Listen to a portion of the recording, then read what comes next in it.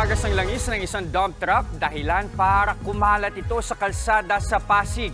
Dali-dali naman itong binombahan ng sabon ng tubig ng mga bumbero, lalo't may mga nadulas din daw na rider. Nasa frontline ng balitang yan, si Hannibal Talete. Sinabuyan ng sabon at binomba ng tubig ng mga bumbero ang kalsada sa Bagong Ilog sa Pasig kagabi. Tumagas kasi ang langis ng isang dump truck na may kargang lupa matapos matanggal ang takip ng fuel tank. Ayon sa ilang mga nakakita, may mga nadulas umanong rider nang dumaan sa lugar. Marami pong langis na pumalat, kaya po marami pong sumemplang na motorista.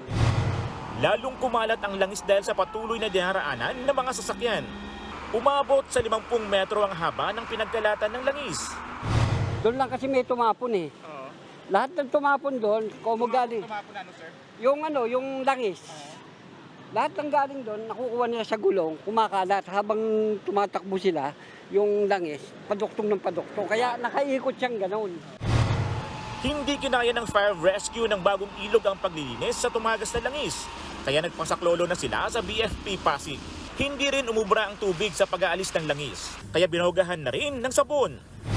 Binomba namin, walang naging saysayan. Wala talaga mangyayari kung tubig lang. Kaya nilagyan namin. Yun ang talagang pangontra dyan. Pagka ganyang bago, lagyan mo siya ng sabon, saka mo puruan ng tubig. Pag umangat yan, papaibabaw yan, matatangay yan. Matatanggal pati yung nakakapit sa espalto.